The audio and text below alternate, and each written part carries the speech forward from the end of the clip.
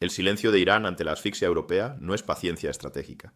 Es la prueba definitiva de que el régimen se está quedando solo, afuera, y lo que es mucho peor, adentro. La Unión Europea ha decidido dejar de jugar a la diplomacia y ha activado el aislamiento total.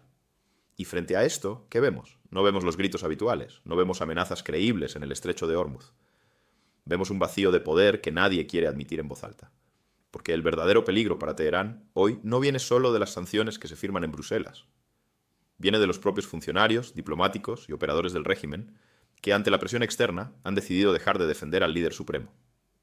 Cuando el poder se repliega y deja de responder, no es prudencia, es que la lealtad se ha roto. Hoy no vamos a leer titulares sobre sanciones burocráticas. Vamos a analizar la fractura interna. Vamos a ver quién gana realmente con este colapso silencioso y, sobre todo, vamos a exponer por qué los supuestos aliados de Irán están dejando morir al régimen sin mover un solo dedo. Yo soy Javier Ortega. Aquí no maquillamos la realidad geopolítica, la enfrentamos tal cual es. Si quieres entender el juego real y dejar de repetir discursos vacíos, suscríbete al canal ahora mismo y acompáñame. Lo que está pasando hoy en Teherán no se escucha. Se siente. Y se siente frío. Si ustedes han seguido la política internacional en los últimos 10 o 15 años, saben perfectamente cómo funciona el guión del régimen iraní. Saben cuál es su reacción estándar ante cualquier amenaza externa. Cuando Occidente aprieta, Irán grita. Cuando Washington impone sanciones, los portavoces de la República Islámica salen en bloque a quemar banderas, a amenazar con cerrar el estrecho de Hormuz, a movilizar a sus milicias en la región. El ruido es su primera línea de defensa. El ruido es lo que utilizan para decirles a sus enemigos y a su propia población que siguen teniendo el control, que no tienen miedo, que están dispuestos a todo. Pero hoy no hay ruido. Hoy hay un silencio incómodo. Un silencio denso. Y ese silencio es mucho más peligroso para el régimen que cualquier flota estadounidense estacionada en el Golfo Pérsico. No empiecen buscando la noticia en Bruselas ni en Washington. No empiecen leyendo los boletines de las nuevas sanciones. Empiecen mirando lo que no está pasando en Irán. La ausencia de reacciones sólidas. Las respuestas tibias, burocráticas, casi tímidas de los oficiales que antes escupían fuego.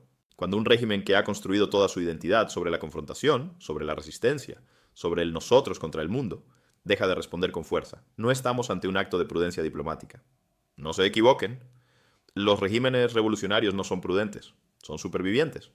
Si no están respondiendo es porque no pueden. Es porque la maquinaria interna está crujiendo. Lo que estamos viendo es debilidad administrada. Están intentando gestionar el colapso de su narrativa sin que se note demasiado, pero se nota. Y se nota porque el vacío de poder no se puede ocultar con comunicados de prensa. La cobertura mediática tradicional, esa que leemos en los grandes diarios y que repiten las agencias de noticias, se está concentrando en el dato duro, en el trámite. Nos dicen qué sanción aprobó la Unión Europea, a cuántos generales incluyeron en la lista negra, qué activos se congelaron. Pero omiten lo fundamental. Omiten quién ya no salió a defender al líder supremo. Omiten que las voces que antes se peleaban por salir en la foto al lado de Jamenei hoy están calculando sus distancias. Hay una retórica de resistencia que se mantiene en los carteles, en la propaganda oficial, en la televisión estatal, sí. Pero esa retórica choca frontalmente con las señales de repliegue que vienen desde dentro de la estructura de poder.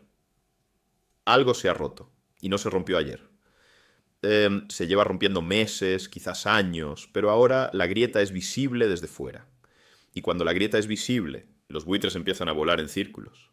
Si aceptamos la premisa de que el problema no es solo la presión externa, sino la incapacidad interna para procesarla, entonces tenemos que mirar qué detonó este momento específico.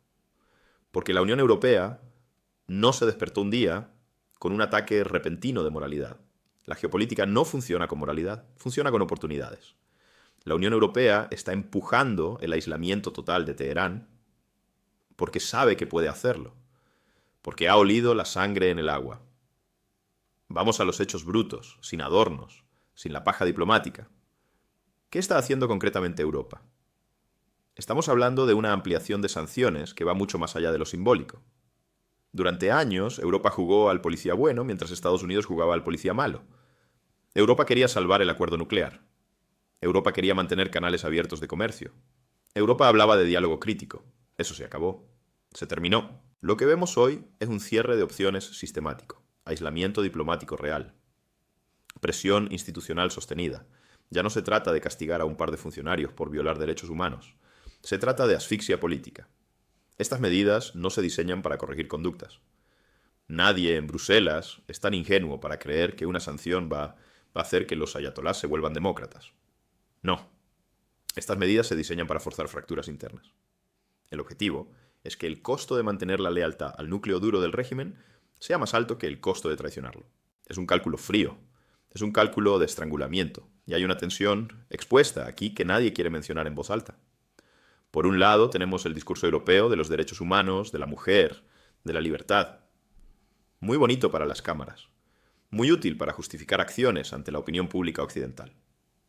Pero por debajo, lo que hay es un diseño estratégico de asfixia para neutralizar a un actor geopolítico, que se ha vuelto demasiado incómodo, especialmente por su papel en el suministro de armas a Rusia. No se engañen. A Europa no le importa la libertad de las mujeres iraníes tanto como le importa que los drones iraníes dejen de caer sobre infraestructuras ucranianas. Esa es la realidad. Y por eso la presión es total. Por eso no hay salidas de emergencia esta vez. Pero hay que anclar el análisis en esto antes de subir el voltaje. ¿Por qué ahora? Esta es la pregunta inevitable. ¿Por qué la Unión Europea decide quemar sus naves con Teherán en este momento preciso y no hace 6 meses? ¿O hace un año? Aquí entramos en el momento político. El ahora importa más que el qué. Hay una coincidencia fatal entre la presión europea y la crisis interna iraní. La economía de Irán no está simplemente mal. Está en una espiral de deterioro que ha devorado la clase media. La legitimidad del sistema político está bajo mínimos históricos después de las protestas y la represión brutal. Y lo más importante, hay una cuestión sucesoria no resuelta. Khamenei es un anciano.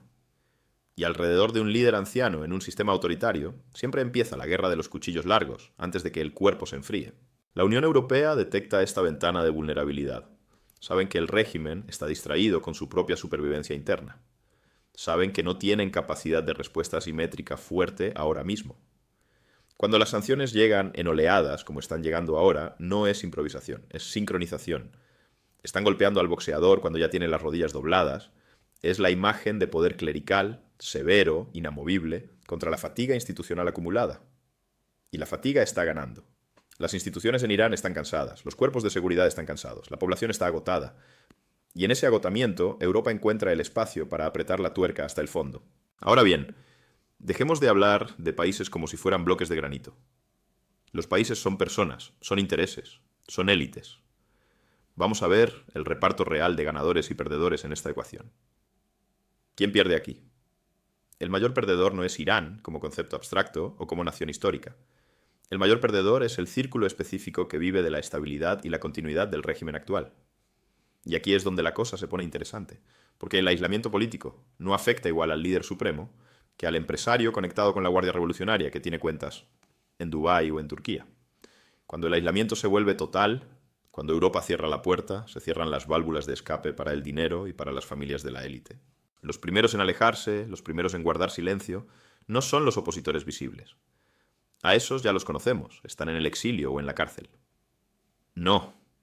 Los que se están alejando son los funcionarios grises. Los diplomáticos de carrera que ven que el barco se hunde y no quieren ser los últimos en cubierta. Los operadores económicos que mueven el dinero del régimen y que de repente se dan cuenta de que sus socios occidentales ya no les cogen el teléfono. Ese silencio del que hablaba al principio viene de aquí, viene del miedo. Pero no miedo a la represión, sino miedo a apostar por el caballo perdedor. Es la lealtad ideológica contra el instinto de supervivencia. Y en política, señores, el instinto de supervivencia siempre gana. Siempre. Nadie quiere ser el último defensor de una causa perdida. Y la sensación que permea hoy en los pasillos de Teherán, aunque no lo digan en los micrófonos, es que la etapa actual del régimen es una causa perdida. Están comprando tiempo, pero no tienen futuro. Y cuando el miedo entra en la ecuación, aparece una pregunta más peligrosa.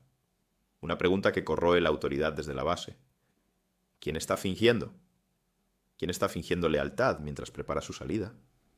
¿Quién está aplaudiendo en las reuniones del Consejo, pero ya sacó a su familia del país? Esa paranoia es el verdadero triunfo del aislamiento europeo. Lograr que se miren unos a otros con sospecha. Pero para entender la magnitud de la soledad de Irán, tenemos que mirar a los que no están. A los amigos que supuestamente iban a estar ahí. Hablemos de China, hablemos de Rusia, hablemos de esos grandes artífices del nuevo orden mundial multipolar que supuestamente iban a blindar a Irán contra el imperialismo occidental. ¿Dónde están? Están en silencio, están en la ambigüedad, están en el cálculo. China sigue comprando petróleo iraní, sí, porque lo compra barato, a precio de remate. Pero China no está poniendo su capital político en la mesa para salvar al régimen de las sanciones políticas europeas. Pekín no se va a pelear con Bruselas por salvar a los mulás. No les sale a cuenta. ¿Y Rusia? Rusia utiliza a Irán. Rusia necesita los drones, necesita la cooperación militar. Pero Moscú no tiene la capacidad ni el interés de sostener económicamente a la República Islámica. Es una relación de necesidad, no de alianza estratégica profunda. Esto no es apoyo, es explotación. Es una espera estratégica para no hundirse con ellos. Cuando los aliados dejan de arriesgar capital político por ti, cuando solo te tratan como un suministrador de recursos o de armas baratas, entonces el aislamiento ya no es solo europeo o estadounidense. Es sistémico. Irán se ha quedado solo en el tablero. Tiene socios comerciales de contrabando, tiene clientes, pero no tiene aliados. Y esa diferencia es mortal cuando estás bajo presión máxima. Se rompe la narrativa de que Irán tiene respaldo sólido en el este. No lo tiene. Tiene clientes que se aprovechan de su desesperación. Ahora, bajemos un poco la espuma. Porque en cuanto empieza a hablarse de aislamiento y sanciones, los titulares se llenan de tambores de guerra. La Tercera Guerra Mundial empieza en Hormuz. Irán va a lanzar misiles a Europa. Calma. Vamos a medir los riesgos reales frente a la exageración mediática que vende clics. El mayor riesgo hoy no es una guerra convencional inmediata. Irán sabe que pierde esa guerra en 48 horas. Occidente no quiere esa guerra porque desestabiliza los mercados energéticos en un año electoral. El riesgo real no es la explosión, es la implosión. El riesgo son las reacciones asimétricas y el desorden interno.